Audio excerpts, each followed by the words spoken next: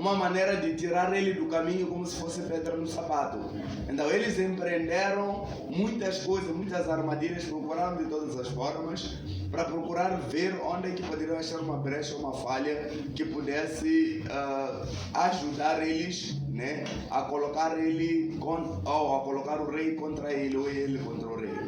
Então, procurando de todas as maneiras de conseguir alguma coisa, eles não conseguiram. E eles tiveram a ideia de que a única maneira de achar alguma coisa em Daniel, uma vez que a Bíblia destaca que ele era um homem direito, ou seja, que seguia as regras, e era um homem honesto, ou seja, aquilo que ele prestava era exatamente aquilo que ele prestava.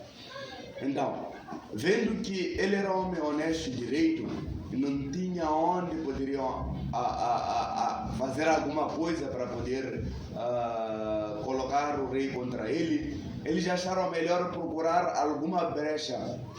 Aliás, não procuraram, eles procuraram arranjar uma maneira de acharem uma brecha nele. E decidiram, como nós sabemos, geralmente os ministros são as pessoas mais próximas do presidente, falando concretamente do nosso país, né? Então, eles eram ministros, né? Então eles acharam melhor, eles sugeriram, dar uma opinião ao rei, que colocasse um decreto de que por 30 dias, algumas bíblias falam de adorar, mas outras traduzem fazer pedidos ou fazer uma petição, já que naquele tempo orar era como fazer uma petição. Então disseram que tinha que se fazer uma petição, né? Outros dizem adorar simplesmente ao rei durante 30 dias. E o rei achou que era uma boa ideia que o povo todo fizesse uma petição apenas a ele e a nenhum outro Deus, uma vez que geralmente o rei era soberano, era considerado praticamente como um Deus. Então eles tinham que fazer isso durante 30 dias.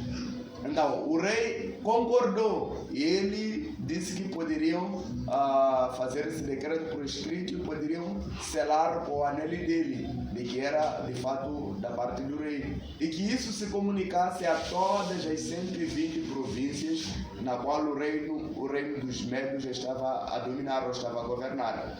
E nesse sentido, eles sabiam que Daniel era muito devoto, era muito entregue a Deus.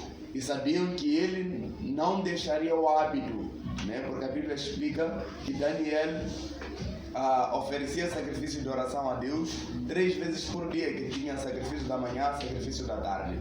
Então ele oferecia 3 vezes ao dia. Então, a Bíblia explica que diariamente ele abria janelas.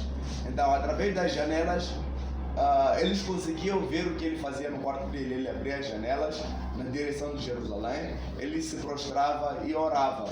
Então, através dessa prática foi possível eles chegarem diante do rei e perguntaram ao rei, né? Rei, não disse que por 30 dias não concordou, não selou com o seu anel, que por 30 dias todos estariam a fazer petições apenas ao Senhor?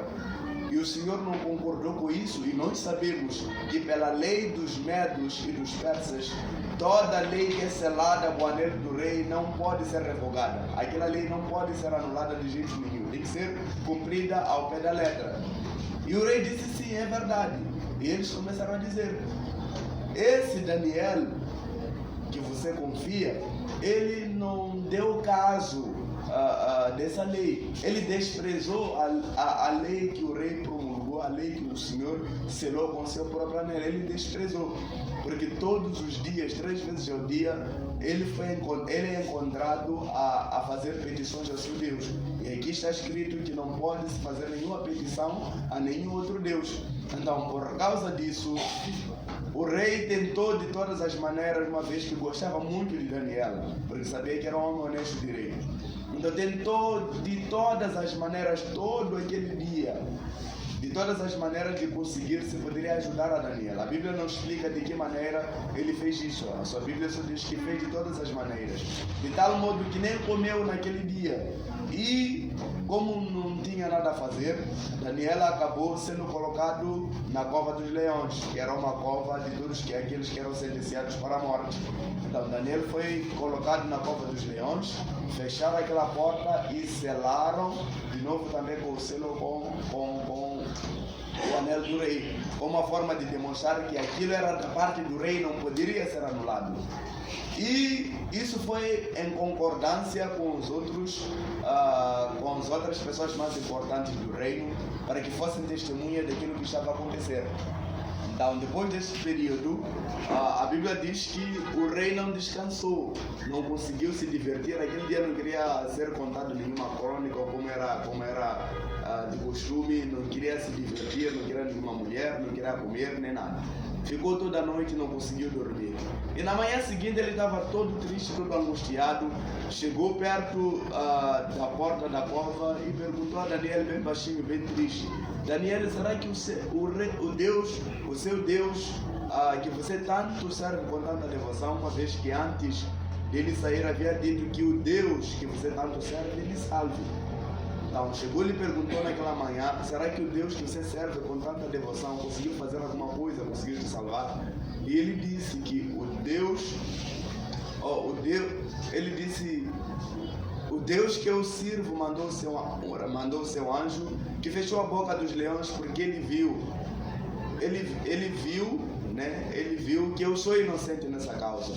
Então ele ficou muito feliz, que mandou imediatamente que tirassem Daniel da cova dos leões, e ele foi retirado. E as outras pessoas que haviam acusado Daniel injustamente, o rei mandou que eles e todas as suas famílias fossem colocados na cova dos leões.